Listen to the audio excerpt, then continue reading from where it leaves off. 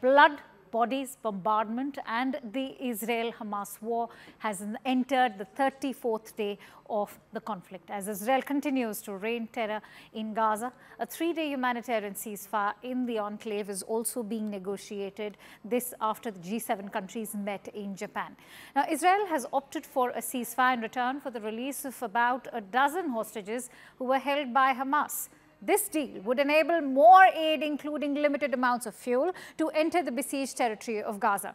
Israel has set an aim of destroying Hamas, with its soldiers targeting their deep network of tunnels and underground bases in Gaza. On the other hand, the G7 nations have also called for a humanitarian pause in Gaza. The G7 foreign ministers balanced the criticism of Hamas and support for Israel and pushed the urgent action to help Gaza's civilians. The entire war has taken a massive toll on the civilians. First responders have been scarred for life with the impact of this war, as bodies, death and disaster has surrounded them. And that's why, let me bring you my guest today. Eli Beir is the president of the United Hatzalah, that is the largest emergency medical service in Israel, whose volunteers were among the first people to respond when Hamas attacked Israel on the morning of October 7. Eli shares his experience of the horrors that Israel has faced ever since in a CNN News 18 exclusive. Listen. Eli Beir, let me introduce you to our audience. Thank you so much for joining us here at CNN News 18. You're the founder and president of United Hatzalah, the largest emergency medical service in Israel, whose volunteers were the first among the people of Israel to respond when Hamas first attacked. 1 month on, and the horrors of Hamas continue to haunt Israel and Gaza. As part of the first responders in Israel and the founder of the largest emergency medical service in Israel, take us through what you witnessed on October 7, because much of it has now been reduced to misinformation. Well, we are the largest volunteer service, period, in Israel that operated in the Gaza borders. Right. And we saw in firsthand, in the first minutes, what was going on. October 7th is still here. We're still on the same date. October 7th for us is not over yet. We wake up every morning, but we see the same date, October 7th. That's how bad this is. Many years, I'm 35 years doing this, running into terrorist attacks of Hamas, of terrorist attacks of other groups like Jihad Islamic. These are the worst groups in the world. These are ISIS in a different name. And I've seen a lot, but what we saw on October 7th was a well-planned massacre towards babies and women and children and old people and Holocaust survivors and soldiers and every single human being living in the country, including pets. Little pets were murdered by Hamas. So this was a well-planned event. And when we arrived there, we saw, I'll tell you, the first volunteer of ours was actually a Druze, not even Jewish. I don't know if in India you're familiar with the Druze. They're a very small religion. They're not Jewish. They're not Muslim. They're in between something. All right. And they have probably 250,000 Druze living in Israel. They also have Druze living in Syria. So this volunteer was a Druze man who was he was dancing all night in that party in the forest. He's a peaceful person. He's a volunteer. He wears this vest every day. He goes to save people, but he had a good time. And he actually, 6:25, saw the missiles flying above his head. He's in the middle of dancing. And all of a sudden, he realized it's not one missile, it's 20, 30, 40, 50 missiles. So he decided to run away from that. He told people, come join me, I have a car. And they're running towards the car and then they hear shooting. Took him a few seconds. He didn't understand it. Regular shooting of a Kalashnikov, MK-47. And when he got into his car, he saw dead bodies everywhere. And he thought it was a car accident. That's what he thought in the beginning, it was a car accident. And he started helping the people and he saw everyone's dead. He can't help anyone. And that's there when were also reports that said that it is misinformation that babies were not slaughtered, but it was your organization that actually came across babies which were placed in microwaves, right? Well, all the misinformation and all the, like it's exactly what happened 85 years ago in the Holocaust. All the deniers of the Holocaust started right after the Holocaust. People said, "Oh, it can't be. They killed Jews in concentration camps." This happened. They had 1,300 people were murdered in Israel that morning, that day, by Hamas terrorists who came into Israel. And they went and they killed babies. They beheaded children. They took a woman who was pregnant. They opened up her stomach and they took out the baby and they stabbed the baby. Then they killed the mother and they burned the whole family. This is things that they did. They burned, hundreds of people were burned even till today. And this is first-hand information witnessed by you and your team members, right? Yes. We are traumatized. What we saw, this will be in the end of my life. I will never forget this. I am 50 years old. I will think about what I saw October 7 till the end of my life. I'm a paramedic. I saved many people, including Muslims, Hindu, including Christians, including Jewish people, everyone. I'm a paramedic, volunteer. I save people. I don't make up stories. I saw what I saw. We saw children were murdered by terrorists and burnt. When we came to them, we couldn't do anything already. They were burnt. We saw they actually used chemicals on the RPGs that they were shooting to burn everything in it.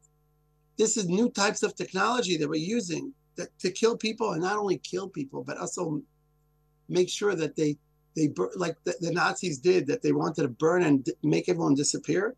That's what they did. After what this whole thing happened, I couldn't believe it when I heard that people are trying to deny this. The Hamas was so proud of this. I have videos of Hamas dancing. In 35 years of your experience, I'm sure this is the most devastating experience that you've had. Having said that, I want you to tell audiences why you've compared October 7 attack on Israel with the Holocaust. Well, I met a Holocaust survivor. She's 92 years old. And she was kept hostage for 10 or 12 hours. Hostage by terrorists in a village called Kfar Aza, a little village, very peaceful little village in Israel. This is in Israel, not in Gaza. All this things happened in Israel.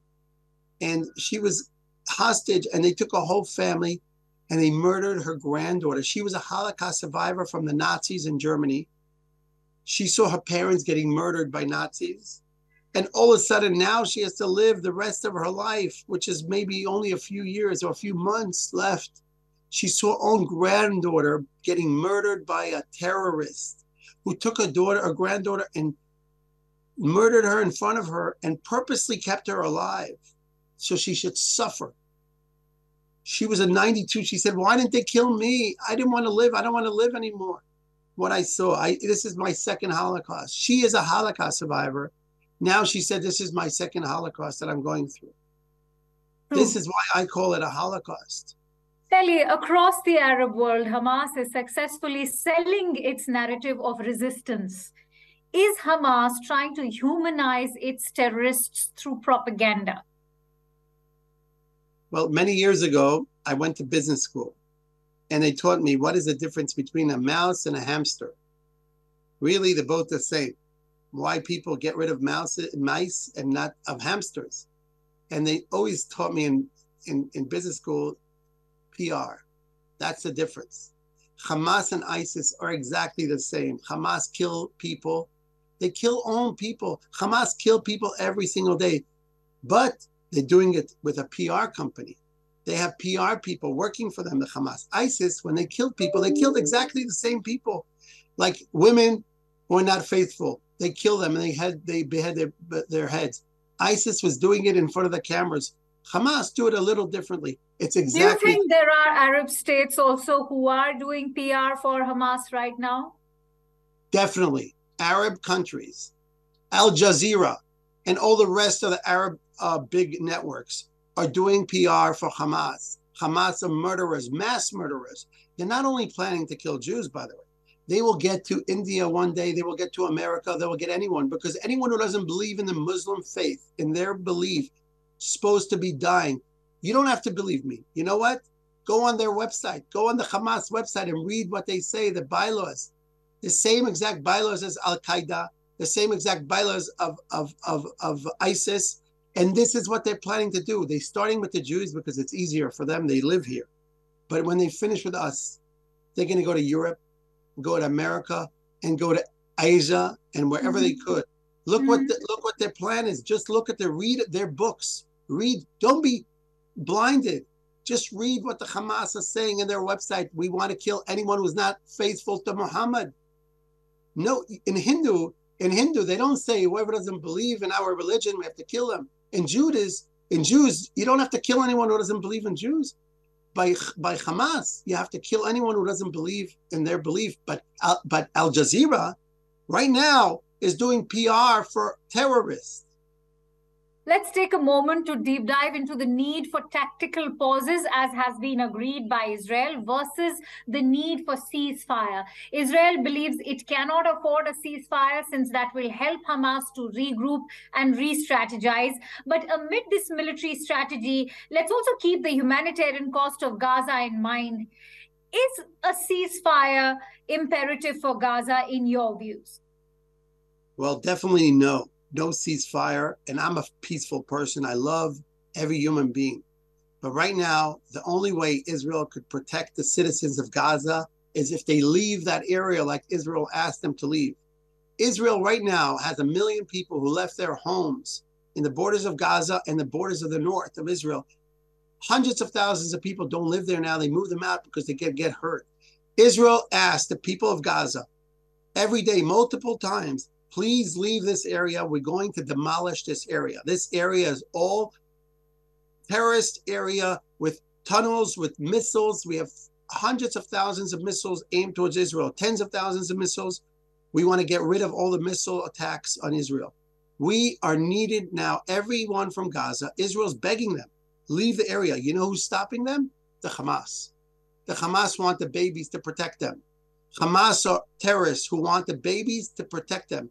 We want the babies to be safe. I don't want any Gaza baby to be dying. I don't want anyone to die. I want them to leave. We want to kill the infrastructure of the Hamas. Needs to be stopped. The same way they did in 1945.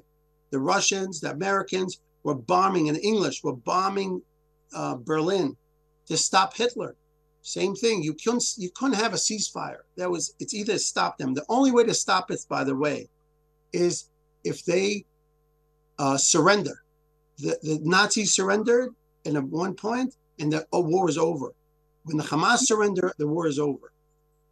You're a paramedic, and that's why I want to ask you this. The WHO has said that chickenpox, scabies, and other diseases are surging in Gaza.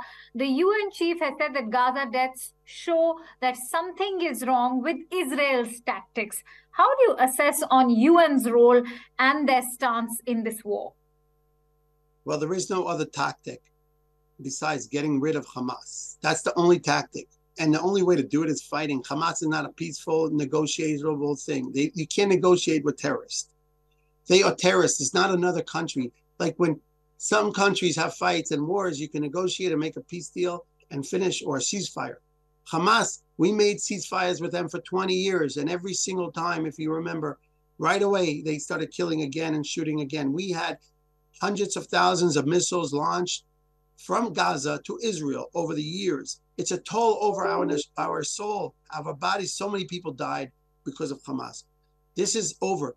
October 7th was not only crossing the red line, it was literally destroying the red line. There was no red line anymore. They destroyed the red line, the Hamas, and we have to finish with them once and for all, for the sake of the people in Gaza, for the sake of people of Israel. If no Hamas, there would no be wars anymore. I know you've lauded the role of the US president when he visited Israel to meet the survivors and the first responders. Share with us your interaction with the US president. What did you tell him? I told the US president, Joe Biden, I said, I'm an American, I'm an Israeli, I'm a Jew. I helped everyone in my life. I never in my life saw horrors like I saw that day, where women were raped and murdered and burned, where children were beheaded. So they literally took it in front of their families. They wanted the people to suffer before they kill him. After I told the president what I told him, he started crying. President of the United States started crying. And he gave me a hug, and he actually left a mark from his tear on me. And he said to me that when he lost his two children, one he lost in a car accident with his wife, and one he lost in Iraq, he said to me he felt tremendous pain. He said, Ellie, when I lost my children, I had tremendous pain. I feel the same pain right now for the people of Israel. This is the president of the United States. Every human being should feel this pain. Israel is a peaceful country. Yes, we have enemies who want to destroy us and we have to fight back many times. But the PR machine of Hamas is hurting not only us, it's hurting any peaceful country. Because this thing of Hamas can happen in any country. Don't forget, they are getting more and more momentum. Now people are saluting to them like they're fighting for freedom or something, or fighting for humanitarian reasons. These people are the ones who woke up 6 o'clock in the morning and jumped into the villages and started mass murdering children. How could you even salute them? I told the president this thing. He said, we are fully with you. America is with us. He says, we're going to have your back. Eli, I see this missile right behind you. Can you tell me about this missile? How did it reach your desk? Look at this. This is a missile that... This is the missile that hits maybe 100 meters away from me. Luckily, I wasn't killed. But this missile was aimed to kill us and kill anyone around us. This is made out of a pipe that was supposed to be delivering water. But instead of making water, they take the pipes that are delivered to them and they make missiles out of it. This is a pipe. And this pipe, I brought it here, and I put it to stand here next to me to remind me that I was saved by Hamas. They wanted to kill us, an ambulance. They wanted to kill the ambulance team in a city in Israel. And this is what they do all the time. They use these pipes for delivering water. No, let that missile be a reminder, not just for you, for all of our audience. This is what the horrors of Hamas have been like. This is what terrorism can do to people. I'm glad that you and many of your team members made it. May those who did not rest in peace. And I do sincerely hope that there's an end to this war and that Hamas is defeated. Thank you very much, and be well. Thank you. Thank you. Thank you, Eli.